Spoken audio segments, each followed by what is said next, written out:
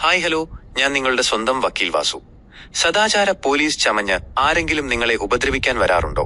അതോ പ്രായപൂർത്തിയായ 2 പേർ ഒരുമിച്ച് ലൈംഗിക ബന്ധത്തിൽ ഏർപ്പെട്ടാൽ ഉടൻ പോലീസ് കേസെടുക്കുമോ? പലരും എന്നോട് ചോദിക്കാറുള്ള ഒരു സംശയമാണിത്.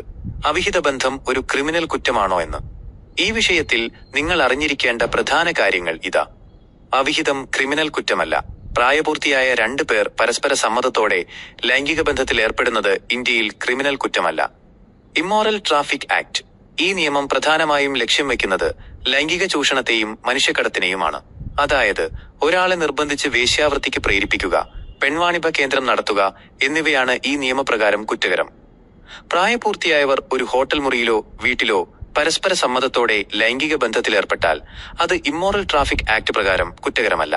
അവിടെ പെൺവാണിഭമോ പ്രായപൂർത്തിയാകാത്ത കുട്ടികൾ ഉൾപ്പെട്ടതോ ആയ കാര്യങ്ങൾ നടന്നാൽ മാത്രമേ പോലീസ് നടപടിയുണ്ടാകൂ. ചുരുക്കത്തിൽ, നിയമം ലംഘിക്കപ്പെടുന്നത് ചൂഷണം നടക്കുമ്പോഴാണ്, അല്ലാതെ വ്യക്തികളുടെ സ്വകാര്യ ഇഷ്ടങ്ങളിലല്ല. നിയമം അറിയുക, അന്തസ്സോടെ ജീവിക്കുക. ഈ അറിവ് മറ്റുള്ളവരിലേക്കും എത്തിക്കൂ. കൂടുതൽ നിയമ അറിവുകൾക്കായി ഈ ചാനൽ സബ്സ്ക്രൈബ് ചെയ്യൂ.